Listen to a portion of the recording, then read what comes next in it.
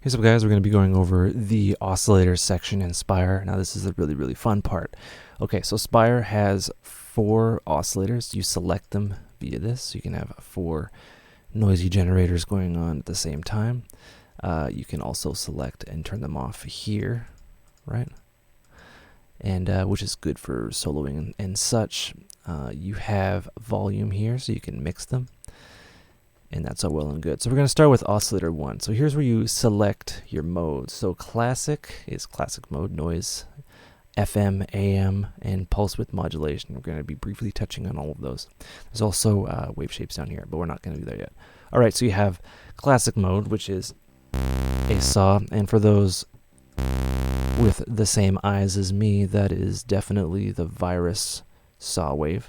You'll notice that there's a lot of sinusoidal stuff on the bottom and the low end, which I see all the time coming out of my virus synths. So for those interested, that's my little bit of trivia. All right, so you have note, semitone, plus or minus 11, octave up or down here, right, and fine tune by cent. All right, so you have 2 controls here. Now these are kind of sensitive to whatever you're doing. They don't change. They really should, but they don't really change. But it's easy to figure out what they do. So Control A morphs it between a saw and a square. You'll notice down there. Control B controls the pulse width of the square.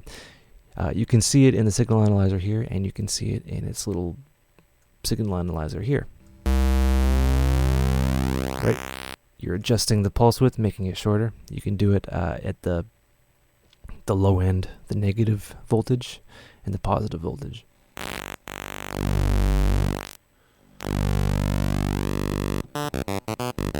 Right, so you can get like a Mogi type of thing there. You double click to reset it. Phase is the starting time. You can see that. So if you want to start, like right here, get a bit of a pop. And that you really hear it more when you have when you don't have free running oscillators, which we'll get into later, and you have more than one oscillator going at the same time. But phase basically means start time. Where does this waveform start? Does it start at 0 or does it start here? So you get like a bit of a poppy. There you go. All right, so that's all right. That's our classic synths. You have saw and square. What else? Like, I thought we had like sine waves and stuff. Well, this is inspired by the virus synths, and in the virus synths, you have your wave kind of selector, and you morph it with the classic sound, or something like that. I just confused myself. Anyway, you have this wavetable mix here, and you mix it, whatever this is. It could be anything. You mix it into your sine, or your wave shape, right? So now we have a sine wave, and we can drop down and select sine, triangle, a bunch of FM wave shapes. I'd like to see a lot more wave shapes, but it's all good. We have like robo, lots of out of this world type of stuff, and you mix it back in. Right, so it's a good way to have a classic waveform, like your classic saw, but then mix it in slightly with a bit of grit. You can see that down there, which is pretty cool. Just a little tip. And it's your wet dry mix, and that is your classic mode. So yeah, that's basically it for that. I'm going to go to noise. So noise, turn off key tracking. Noise, the Control A and Control B is now cutoff and resonance. Both high pass and low pass in the same control knob, which is pretty cool. And you can even mix it in and get some really neat filtery routing craziness with your waveforms. So this is a kind of a little technique I've been using. Not really a technique, but just me playing around. I'll have an extra hidden filter with wavetable, which you know, for some people that'd be, you know, kind of new and exciting, and it's just a different wave. Working through it. FM, I'm gonna double click. FM, I'm not an expert in FM, but I know that it's an LFO, a pitch LFO. So we have a sine wave here, right? And we're going to increase. Control A is the modulation amount. So you'll notice we're basically modulating the pitch of a sine wave with another sine wave, right? So you get some interesting harmonics, and this is like 80s DX7 type of stuff. It's FM synthesis. It's like FM8. It's Skrillex, and it's cool. Right, so you have that. Control A is the amount. Control B is controlling the harmonics. You can have this harmonic or inharmonic. And I'm not quite sure on the theory. I'm not going to pretend that I know. But this will make things sound more bell-like or more not make any sense harmonically. And we'll turn that up and I'll show you what I mean. Right, so that's not harmonic anymore. We'll turn on key tracking. Right, so key tracking on. Right, I'll show you what that does. All right, so key tracking off, it just modulates something with a free running sine wave. Key tracking on modulates it as key tracking for the modulation speed. So the speed sounds more correct.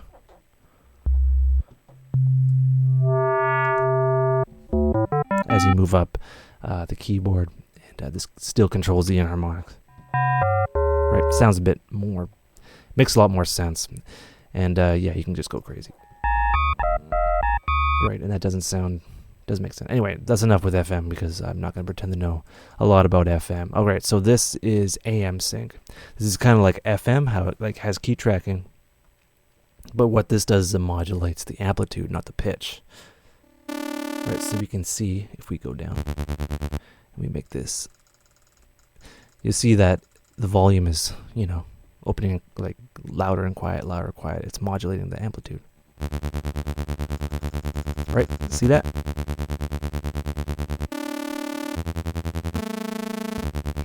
Right, and it's AM amplitude modulation. You can do this with an LFO, but you can't sync it. So as you move up the keyboard, the modulation gets faster.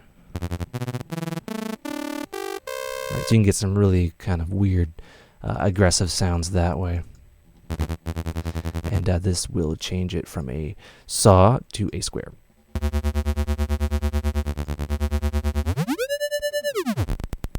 That's your pitch, and yeah, it's really fun and works well. You can amplitude modulate and FM modulate any wave you want. Right, so you can get like a pulsating, like what we have here. What the heck? What happened? Did I break it? My push went crazy. All right, my apologies. All right, we'll go back to amplitude modulation. We'll go sine wave. Right.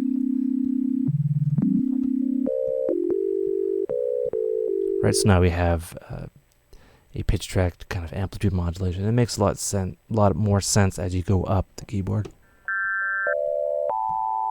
Right. Yeah. Amplitude modulation. So we have a saw pulse width modulation. You know how you had classic? We had our square wave, and we can change the pulse width.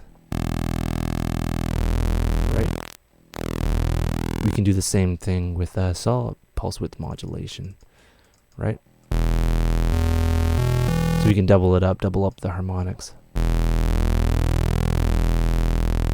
So now we have a saw that we can adjust the pulse width.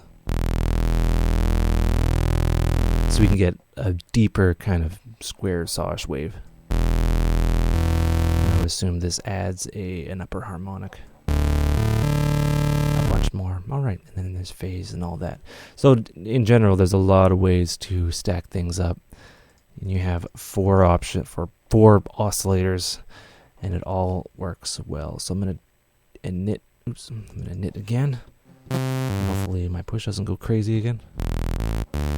And yeah, okay. So we have our saw here. I'm gonna go into the kind of detune voicing section. All right. So we have this. So Unison. What Unison does is it basically doubles this synthesizer up. Right, so now we have two saw waves going on. One voice, two voice. You can kind of hear that, right?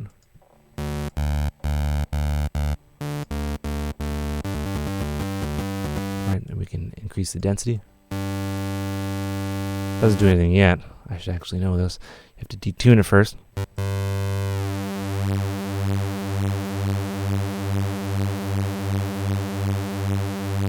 Right, so what that does is it changes the pitch. So we're basically taking a saw wave, we're doubling it up, and then we're separating them by pitch and density. That makes sense. Oh yeah, you have to have wideness on. So wideness will make it more wider.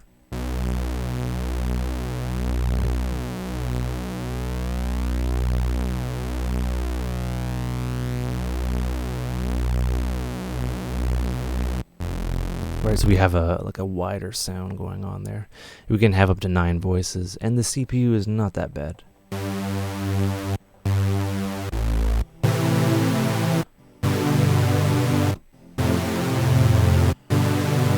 Very wide, kind of trancy feel. All right, so we have that again. I'm gonna go 2 voices. I'm gonna go 3. All right, so you can separate. No, I'm actually gonna go 2. You can separate them by octave. Right, this is how you separate them.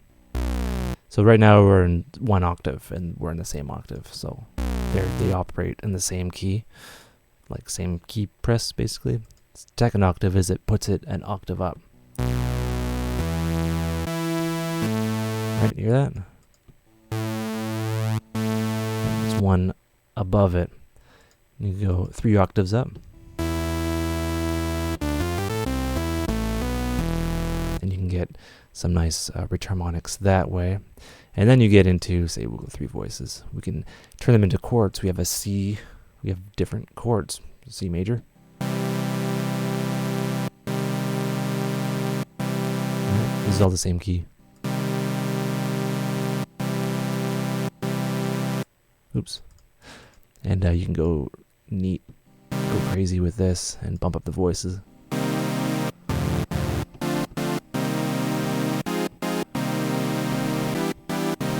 So insta house chords, which is really nice.